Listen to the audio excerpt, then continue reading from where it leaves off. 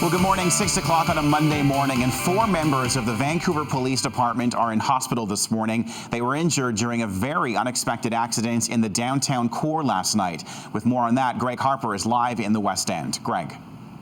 Good morning, Kyle. This accident happened just behind me here on Denman. I'm on the sidewalk. The damage here, unbelievable. Broken glass, debris everywhere.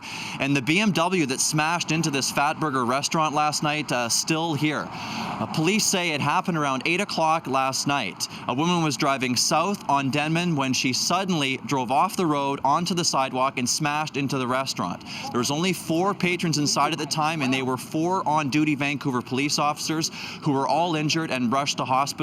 Suffering from various injuries, including broken bones and difficulty breathing as well. As far as the driver goes, the 30-year-old woman, she was taken to hospital too, but it's believed she wasn't injured in the accident. There's some significant damage. The entire front facade of the building is basically gone. I don't imagine cleanup will be quick here. They may even have to look at possibly some structure issues. I don't have an estimate on the damage. So why this happened, police are still trying to figure that out. Investigators do believe alcohol was not a factor. They did seize the woman's cell phone, but again, why this happened, that's still being investigated. Kyle? All right, thanks for that. Greg Harper reporting live this morning in downtown Vancouver. ICBC is warning drivers to be on alert after setting their clocks back over the weekend. There's a 16% increase in the average number of late afternoon crashes in BC in the 2 weeks following the end of daylight saving time. ICBC thinks setting the clocks back 1 hour gives us a false sense of security. We think we're getting more time to sleep, but we actually stay up later and suffer as a result. ICBC advises you to keep your normal schedule and adjust to the darker, wetter conditions by slowing down and leaving more time for your commute. All BC ferry sailings between Tsawwassen and the Southern Gulf Islands have been cancelled until further notice as BC Ferries deals with a weekend accident. High winds caused the Queen of Nanaimo to crash into a dock off Main Island on Saturday morning. No one was hurt, but the ferry is out of commission. There's no replacement because Nanaimo's sister ship, the Queen of Burnaby, is also out for repairs. Passengers can still access the Southern Gulf Islands through Swartz Bay on Vancouver Island.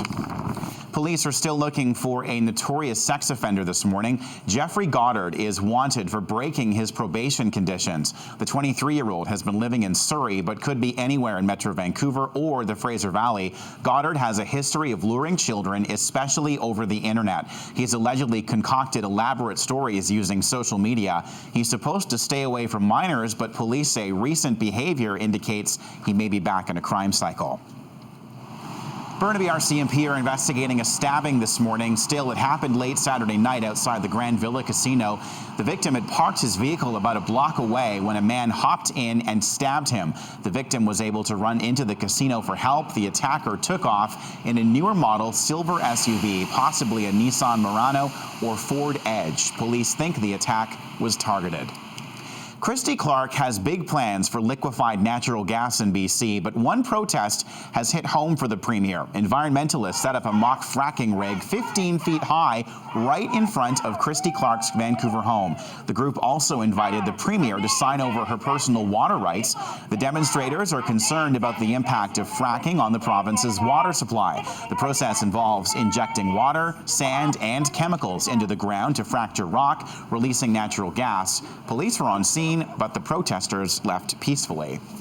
Toronto Mayor Rob Ford is calling on the city's police chief to release a video that allegedly shows him smoking what appears to be a crack pipe. Ford made the request during his weekly radio show, where he also admitted that he's made some mistakes over the years as mayor of Toronto. He owned up to texting while driving and also being intoxicated at a street festival. Ford promised to make changes in his personal life, and he wants the video released so everyone can judge what's on it for themselves.